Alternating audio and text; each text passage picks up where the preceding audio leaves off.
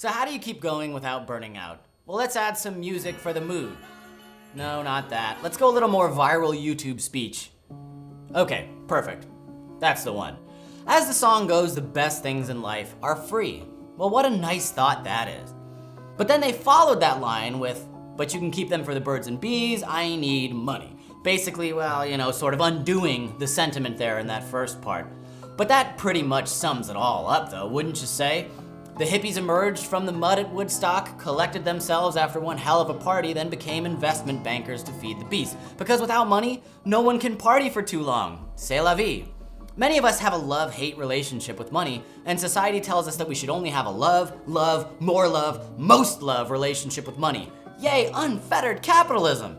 And yet 77% of US workers, according to one study, have felt burnt out recently, and this figure doesn't even include COVID or the people who voluntarily put more work on their plate, for example, entrepreneurs, artists, or just volunteers. Maybe you consider yourself one of those.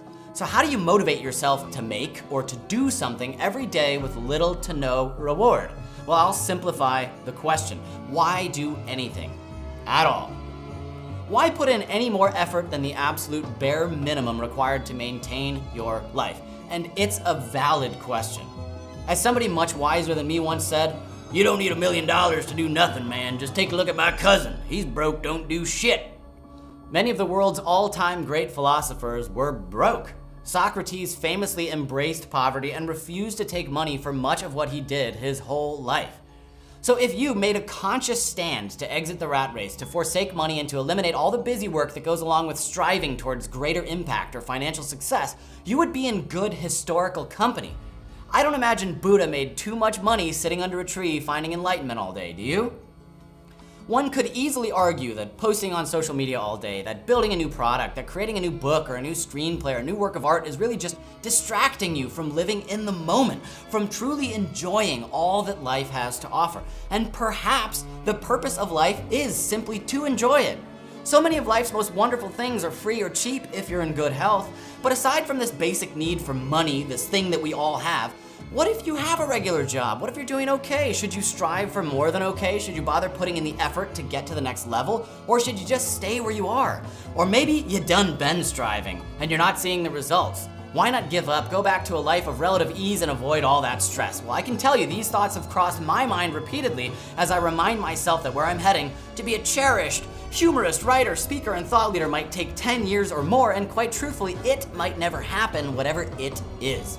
Even following all the right steps, success is by no means guaranteed in any endeavor. The odds of being anything special are overwhelmingly against us in a world of 8 billion people.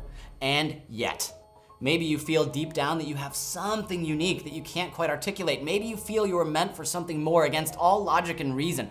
Maybe you believe in yourself more than your family does or your closest friends do, and maybe there's a tension between your valuation of yourself and the lower valuation society seems to have placed upon you. So why go on? Well, it's hard not to get burned out waking up each day feeling like you're falling short of your goals, that you don't matter. Well, I want to reframe this for you today. I've got news for you guys.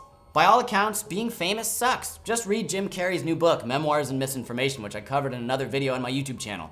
Many of the world's most cherished celebrities have killed themselves, morbid thought, and we hear more and more stories of doxing, where someone reveals your personal information online, or swatting, where someone calls the police pretending to be you committing a crime in your own house, and people have died this way. Often people are targeted for their wealth. Hell, Lady Gaga's dog walker was just shot. What a world! There are very real potential consequences of being rich and famous that suck. Look at what happened to Dave Chappelle over his career, or Britney Spears.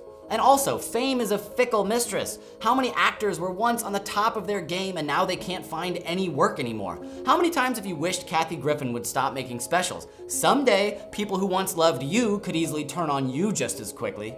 Marcus Aurelius said, quote, people who are excited by posthumous fame forget that the people who remember them will soon die too, and those after them in turn, until their memory passed from one to another like a candle flame gutters and goes out, unquote. So fame is fleeting and a terrible goal, and possibly something that we should actively be avoiding, if anything.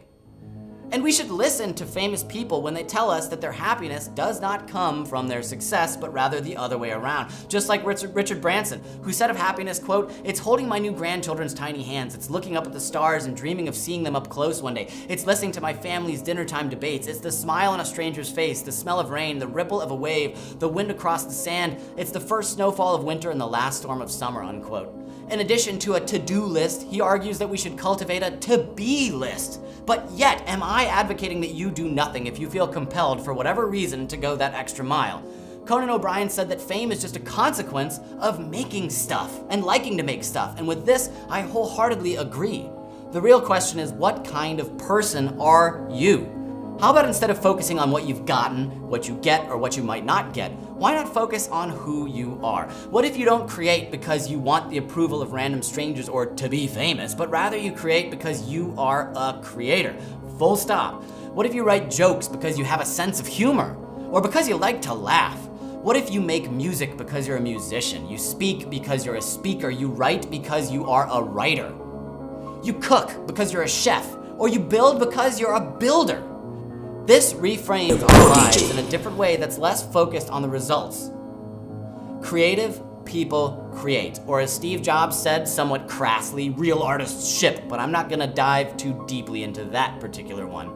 Now, if we can focus on being the best version of ourselves instead of focusing on what we get out of life, we just might burn out more slowly. We just might get more done. We can choose to focus on our own mastery, nothing else. So ask yourself, are you the type of person for whom comfort is the main goal? If so, relax. Take it easy. No one is telling you to do otherwise. Enjoy the shit out of that relaxation. Have fun. It's your life. Or are you the type of person who wants to see what they're capable of, who enjoys learning, building, and getting better? Neither is right or wrong, but whatever choice you make, it should originate from within you and not from the outside world. If we can see each creation as a celebration of what we are capable of and not a chore to be done, then we will all be on the right path. Oh, and it's hard to create when you're hungover, so take care of your physical body too.